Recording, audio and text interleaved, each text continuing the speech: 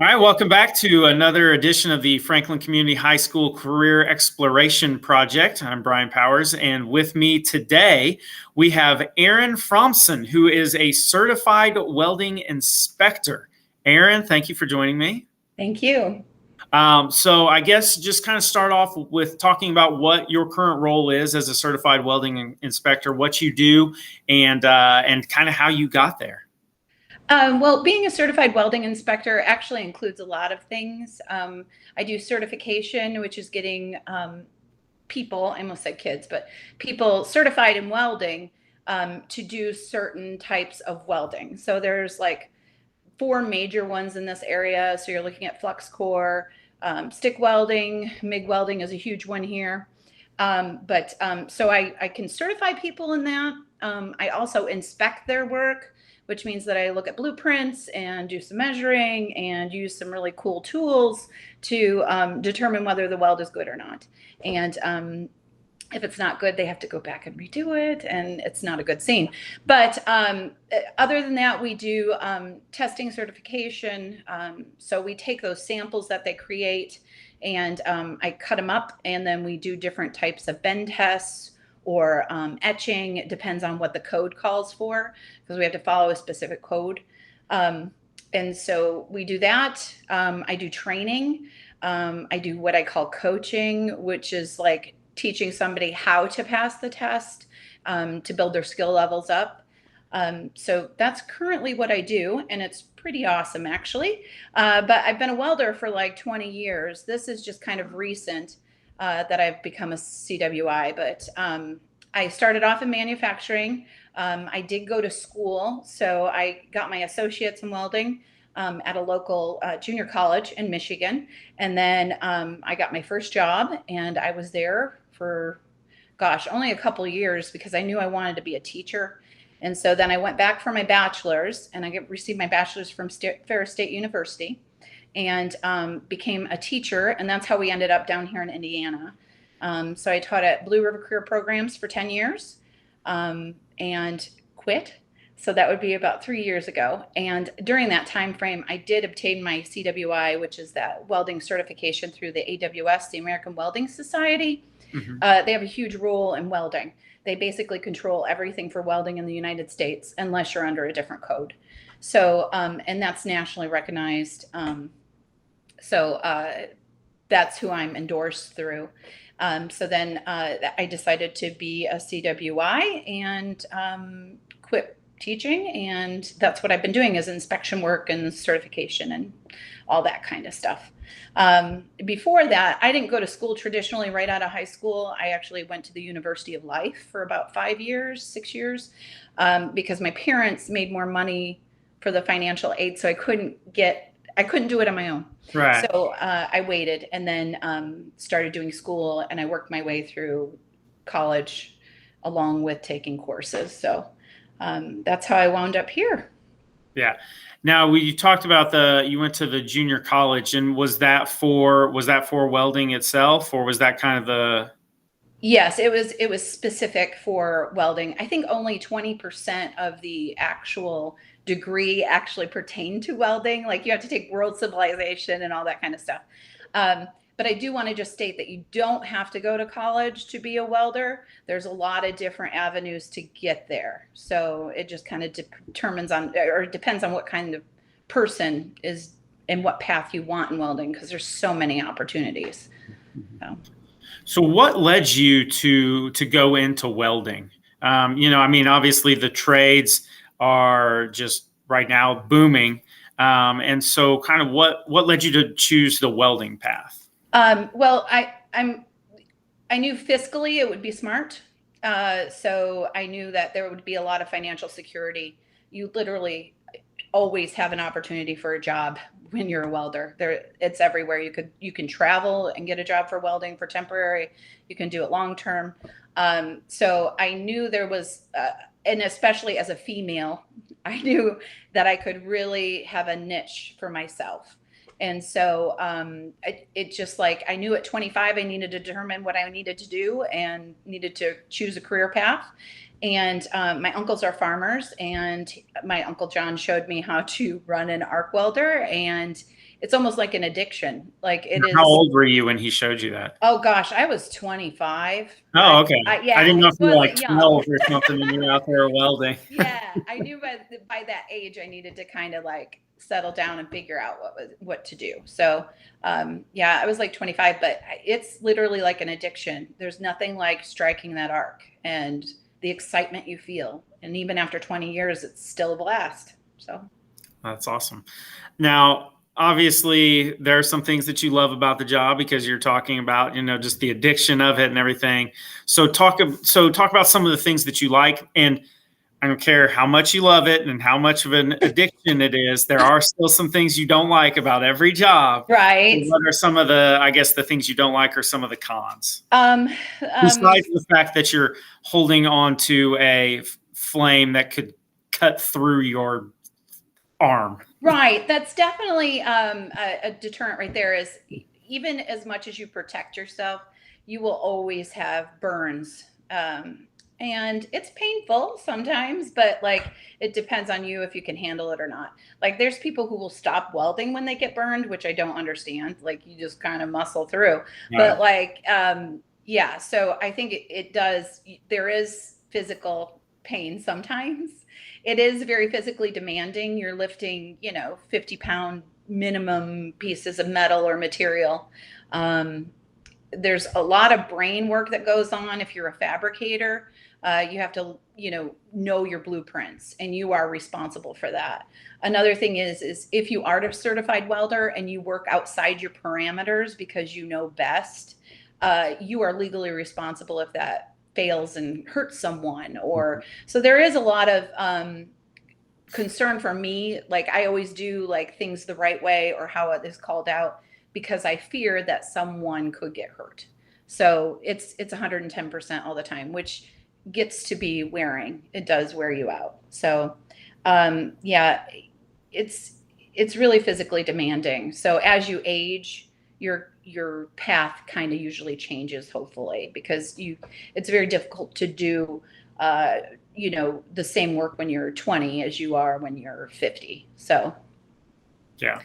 And then as far as just liking, you just oh my like God. the arc weld and all that stuff. I love all different types of welding. I'm really into flux core right now, but like the money is crazy. I think the standard around here right now, just starting out, is usually around 16, which doesn't sound like that much, but there's a huge amount of opportunity for growth. You Right. build your skills, you get a certification, usually you get a bump in your pay, so like it's very immediate reward, kind of system. Like, and it's beneficial to you as a welder to build your skills, because then you're worth more for the next job, or so the money is absolutely ridiculous. Usually you have good health care because you're getting hurt and you're in an industrial kind of atmosphere, so usually you have good health care. It's just challenging. I mean, every time I strike an arc, I think this is the best weld I'm ever going to produce, so like there's always that challenge. I think you have to be kind of competitive to be a welder. I've never met a welder who doesn't have a huge ego. Like it doesn't happen. But yeah. Now, can you think of a weld? What's your top notch weld? Do you still like picture that where you're just like, this is the best one, seriously the best one I've ever done? My ego is so huge. I do think the very last weld I did was probably the best weld I did. So like, I mean, it's definitely a correlation between, your ego and your production of weld. Like, I don't know. It's funny. It is funny, but yeah. So as far as, personality type or the way a person is built, not physically, but mentally, I guess physically too. How would a person be successful, like as a welder? And what would someone who maybe you would look at and say, I don't know if necessarily you're going to be very successful in this? Probably someone who can't tolerate pain or lift anything. That would Yeah, probably. I would say, but that's the thing about welding, is there's so many different, I mean, you could do friction stir welding, which is basically setting it up and then you just are there to watch it. So it depends on your physical level, what you can do, but there are jobs. I mean, there's a primo retirement job is like sitting in a chair, TIG welding and air conditioning, because your skills are so good, you get all those, extra benefits. So it just depends. Somebody who can't handle the heat will struggle. I mean, there are times when I can remember being in the shop and it topped out at 119 degrees and you had to work. Like, you can't, there's no getting by. You have to be driven. You have to challenge, you have to be reliable. But there are so many opportunities out there for people who are just getting into the field. And there's different ways to get into the field as well. That's another thing I want to talk about is, you can go into manufacturing or just start out in industry just saying, I want to be a welder, and you're going to get a job that is probably, the same piece that comes through and you do a certain specific weld on it. And it's not challenging. Or you could go to Hobart or Ohio State or Ferris State and get an education in welding. Hobart is great. I think Lincoln Tech just opened a program maybe a year ago. But there's other ways so you can build your skills. So then you kind of start at a higher level than that person who went straight into manufacturing. Another option is the unions. The unions are amazing. Most of those guys retire at 55 with over $1 million for retirement. I mean, it is crazy. And the money, I mean, it's just ludicrous sometimes when I think about how much money it is. If I could go back in time, I definitely would go through the union route. I mean, those are really your options. So it can really fit any person. But I think personality wise, you have to be driven. You have to like physical labor. I also think another thing is you can't be afraid. There's times that, if you're above 6 feet in height, you have to be tied off in a harness, Mm-hmm. So you have to be able to be, 25 feet in the air and be okay with it. I mean, even as an inspector, some of the heights that you go to it's mind boggling, and you just have to distance yourself from that experience, kind of okay, I'm right here. Okay, here we are, Yeah. So you talked about, someone going into it. I guess my next question is how would someone prepare for this right now in high school? And then kind of, let's say a kid who's a senior in high school, they say, I want to be a welder. Once they graduate, how would you recommend they do that? Honestly, I would look at it as a career investment.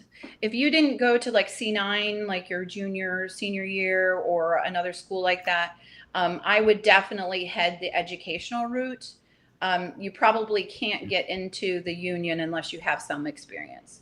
So that wouldn't be somebody who's a senior that's I'm going to be a welder, jumps into that. It's very difficult to do that. So I would definitely take the education route. Like I said, Hobart, I think it's you can take an 11-month program, or there's a 13-month. I can't remember what the months are, but it's definitely worth the investment. It's a heck of a lot cheaper than college. Ivy Tech is also an option. But very few of the Ivy Techs actually certify for the AWS. The one in Franklin, I don't think has one right now. No, it's either Columbus or Indy. I know the Indy instructor personally, and he's actually very good. So I would recommend that. But if you are a junior, senior, or whatever, and you're going to C9, I would definitely say take it seriously. A lot of being a former teacher at a career center, I know a lot of those students just thought they were biding their time. And if you set yourself up earlier, I didn't have that option in high school. We didn't have a career center. So if you could set yourself up for success earlier on, it just is a building block that you can use in the future. So I would take the educational route. Okay. So I guess my last question for you is just any general advice that you have for high school students, not only like career-wise or anything like that, but just general advice, anything you have? Always give 110%, like lay it on the line, and you can't go wrong. Sometimes that doesn't work out, but you know, as long as you know that you gave literally all, then there's nothing to hold you back.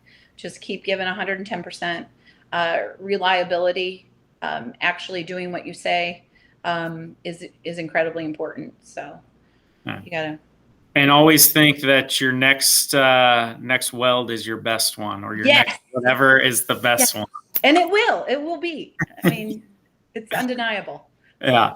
Well, once again, thank you so much for helping me out here. And I think that it's such a great career in the trades, and with welding, I mean, there is never not going to be a job for a welder who goes into it. Right. So once again, Erin Fromson, certified welding inspector, and also pretty much the best welder that we know. Right. So thank you so much.